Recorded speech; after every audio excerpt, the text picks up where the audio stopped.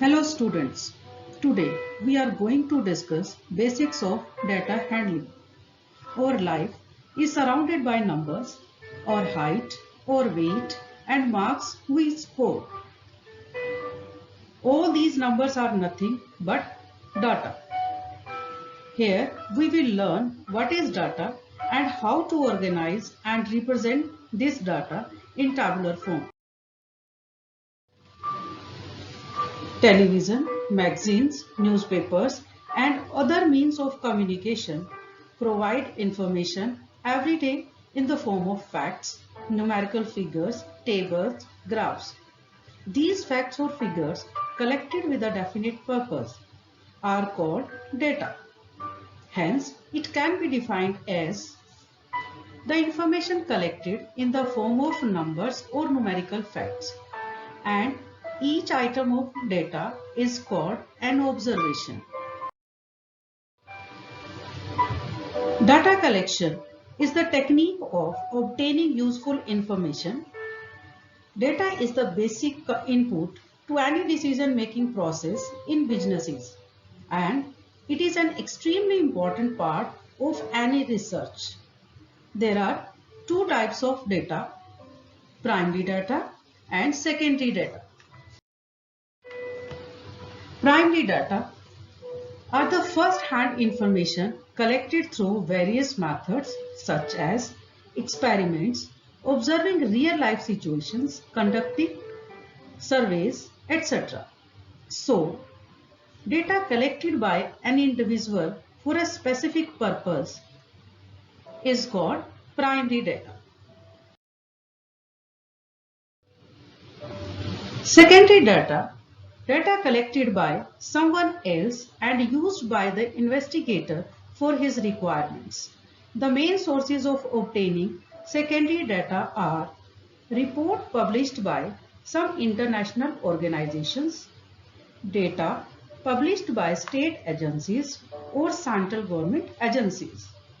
Use of secondary data is less expensive and less time consuming as compared to primary data. Secondary data may either be published or unpublished. Researchers must be very careful in using secondary data because the data available may be sometimes unsuitable. Organizing data. When an investigator collects data for an investigation, these are just raw data. The data which is unorganized and cannot be easily interpreted is called raw data. Raw data are not capable of offering any meaningful conclusion. This is just like a lump of clay without any specific shape. Data are to be organized before these are presented for final observations and conclusions. One way to organize the data is to arrange the data numerically, either in ascending order or in descending order. The data arranged either in ascending order or in descending order is called an arrayed data. The presentation of data in ascending or descending order can be time consuming when the number of observations is large. In this case, the data can be presented in the form of a table called frequency distribution table for ungrouped data. Frequency means the number of times a particular observation occurs. Now let us take one example. The runs scored by 11 players of a cricket team are given below. Now the table is: write the items of the data in the extreme left column. Mark tally marks equal to the number of items an item occurs in the data in the next column opposite to that item.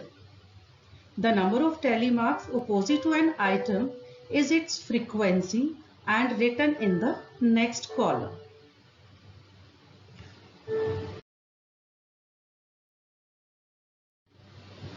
Sometimes the data or the range of data is very large with few values that are the same. In this data are classified into different classes with a range. That range is called class intervals.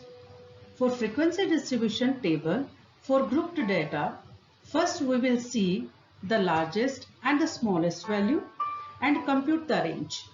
Range is the largest value minus smallest value. Then we will form different intervals. Let us take one example. The marks obtained out of 40 by 30 students are given below.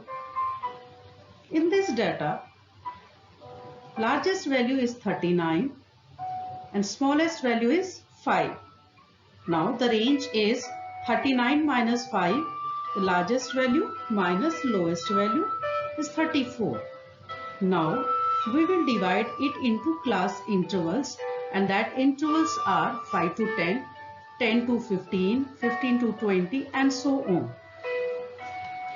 Every class interval has two limits, lower limit and upper limit. In the class interval 5 to 10, the lower limit is 5 and upper limit is 10. And the difference between upper class limit and lower class limit is called size or width of the interval. The lower limits of class intervals are included and upper class limits of class intervals are excluded. Data sorted in this manner is said to be grouped data, and the distribution obtained is called grouped frequency distribution. Thank you.